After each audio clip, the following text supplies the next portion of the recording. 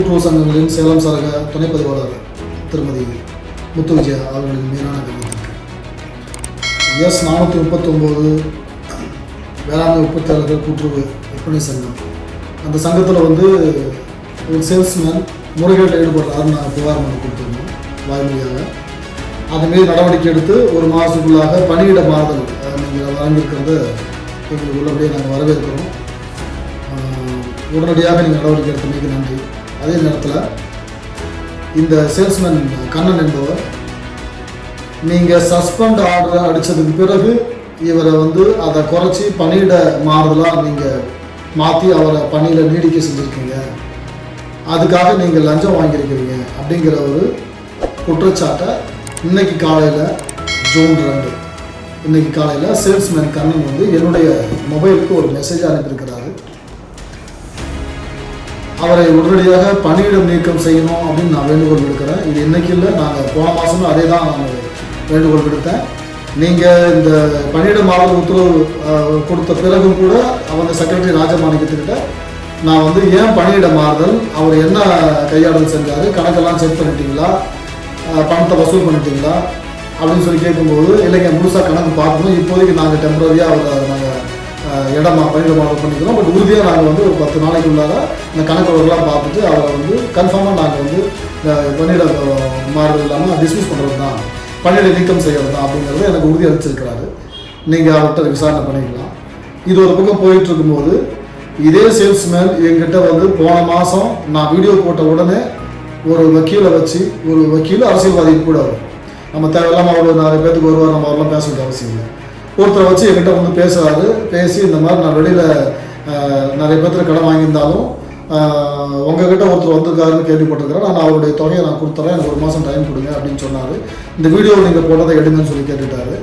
நீங்கள் கொடுக்கல் வாங்கல் பண்ணதுக்கு எனக்கு எந்த சம்மந்தம் இல்லை. நான் வீடியோ வெளியிட்டது நீங்கள் தொடர்ச்சியாக கையாடலில் ஈடுபடுறீங்க, அதுக்கு உங்கள் தனிப்பட்ட முறையில் உங்கள் நிறைய காரணங்கள் இருக்கலாம், அது எங்களுக்கு தேவையில்லை. ஸோ நான் அதுக்காக தான் நான் வீடியோ போட்டிருக்கிறேன், அதை எடுக்க முடியாது, நீங்கள் பிரச்சனையை முடிச்சுக்கிட்டாலும் முடிச்சிங்க, அதுக்கு எது சம்மந்தம் இல்லை அப்படின்னு சொல்லி நான் முடிச்சுக்கிட்டேன். அதுக்கப்புறம் என்ன பார்க்கணும் விருப்பப்படுறாங்களா, நான் சரி வேண்டாம், நான் எஸ்பி ஆஃபீஸுக்கு வரேன், 26ஆம் தேதி உங்கள் கடையை சொல்லுங்கள், நான் வந்துடுறேன்ட்டு அவங்க கடைக்கு நான் போய் உட்காந்து பேசினேன். அப்போ தான் இந்த பணியிட மாறுதல் நீங்கள் வழங்கின விஷயத்தெல்லாம் என்கிட்ட எடுத்து வைக்கிறாரு. அப்படி சொல்லிவிட்டு மேகநாதன் அப்படிங்கிறவர் உங்கள் ஆஃபீஸில் இருக்கிறவர் இவர் பணம் திருடி மாட்டிக்கிட்டப்ப இவருக்கு பண உதவிலாம் ஏதோ வெளியில் வாங்கி கொடுத்து அவருக்கு இவர் உதவி கேட்டுக்கிட்டது பேரில் அவர் செஞ்சதாக ஒரு விஷயத்த என்கிட்ட பகிர்ந்துக்கிறாரு. அவருக்கு நான் உண்மையிலே நன்றி கடன்பட்டிருக்கிறேன் அப்படின்னு சொல்கிறாரு. ஆனால் இன்னைக்கு காலையில் வந்த மெசேஜ், அதுக்கப்புறம் நான் அவரோட தொடர்பு கொண்டு பேசுகிறேன். சரி ஓகே மகிழ்ச்சி அப்படின்னு சொல்லிட்டு நீங்கள் அப்படி ஏதாவது உங்களுக்கு அவர் உதவி பண்ணியிருந்தாக்கா நீங்கள் அதை திருப்பி கொடுத்துருங்க, அவ்வளோதான், இதுக்கு என்ன சம்பந்தம் இது, இனிமேலாவது நீங்கள் கொஞ்சம் முறைகேட்டில் ஈடுபடாமல் கொஞ்சம் சரி பண்ணி வேலை செய்யுங்க அப்படின்னு சொல்லிட்டு நான் வந்துட்டேன். ஆனால் இன்னைக்கு காலையில் அவர் முத்து விஜயா அண்ணா லஞ்சம் வாங்கினதாகவும் அது மேகனா அண்ணா அது வாங்கி கொடுத்ததாகவும் எனக்கு ஒரு செய்தி அனுப்புகிறார். இது வன்மையான கண்டனத்துக்குரியது. அவர் மீது எந்தவித பாரபட்சமும் நீங்கள் பார்க்க வேண்டிய தேவையும் அவசியம் உங்களுக்கு இல்லை, அல்லது மேகனாவுக்கு இல்லை, யாருக்குமே இல்லை. அவர் சொல்றது முழுக்க ஒரு பொய்யான குற்றச்சாட்டு.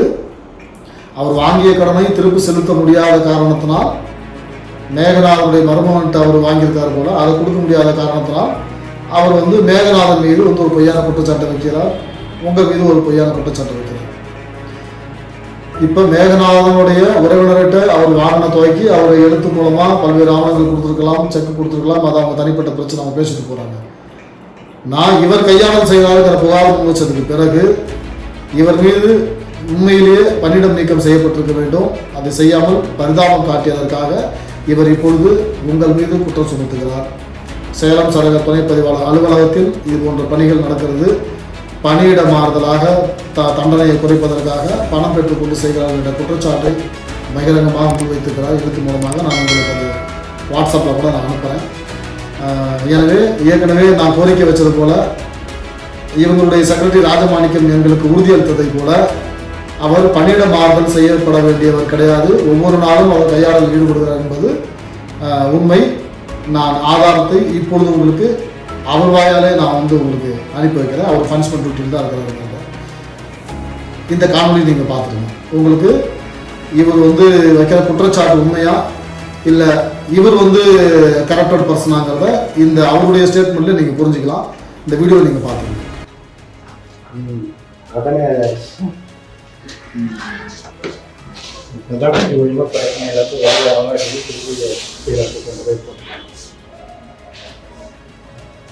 அவர் நீங்கள் வந்து பாலாஜி ரொம்ப ஓட்டப்பட்டாரு மர்மம் தானே. நாளைக்கு என்ன ஆயிடுச்சுன்னா ஒரு 70,000 கடாய்க்கு நமக்கு நீங்கள் பேசணுங்களா அதில் வந்து நான் 70,000 இன்ட்ரெஸ்ட் கொடுப்பேன். ஆனால் அதுக்கு தான் எனக்கு உதவி பண்ணாங்க மேலே. இல்லைன்னா நான் இன்னைக்கு இங்கே உட்காந்து பேசிட்டு இருந்தேன். அந்த வாய்ப்பை கொடுத்தது எனக்கு மேலே வேணும். அவரை நம்பி நம்ம மறக்கக்கூடாதுங்கிறத நான் தெளிவாக இருக்கேன். அவர் அன்றைக்கி ஆஃபீஸில் போய்ட்டு முத்து கேமரா கூப்பிட்டு நீங்கள் வீடியோ போட்டிங்க அடுத்த 2வது நாள் அடிச்சது சரியான கேட்ச் அடிச்சிட்டாங்க. ஃபஸ்ட் நாட்டில் அடிச்சிட்டாங்க. இந்த காணொலியில் யாரும் அவருக்கு சொல்லிக் கொடுக்கல, இயல்பாக அவரே பேசுகிறாரு. இவரை பார்க்கும்போது என்னுடைய சேஃப்டிக்காக நான் எடுத்து வச்சிருக்கேன். ஏன்னா இவங்க என்ன வேணாலும் வந்து இன்றைக்கி உங்கள் மேலே குற்றச்சாட்டு வச்ச மாதிரி நாளைக்கு என் மேலேயும் ஒரு குற்றச்சாட்டு வைக்க முடியும். ஏன்னா அவரை பார்க்கணுன்னு வரும்போது நான் அந்த முடிவு பண்ணேன். எனவே இவர் தன்னுடைய சுயலாபத்துக்காக யார் மீதும் பழிபோட தயாராக இருக்கிறார், யாரையும் பழிவாங்க தயாராகிறார். எனவே இவர் செய்த குற்றத்தை கணக்கில் எடுத்துக்கொண்டு அந்த கணக்கு வழக்குகளை பராமரித்து இவர் குற்றம் செய்தது உண்மை. இவர் பணம் எப்போ உங்ககிட்ட வந்து கட்டிடுறோன்னு சொல்லி கட்டினாரோ அப்பயே ஒரு குற்ற வழக்கு முடிவாக போச்சு. எனவே அவரை பணியிட மாறுதல் கொடுக்கக்கூடாது. எங்கே பணியிட மாட்டு போட்டாலும் திரும்ப அவர் வந்து கரப்ஷனில் ஈடுபடுவார். எனவே உடனடியாக அவரை வந்து நீங்கள் பணியிட நீக்கம் செய்யணும் அப்படின்னு நான் வேண்டுகோள் விடுக்கிறேன். நன்றி.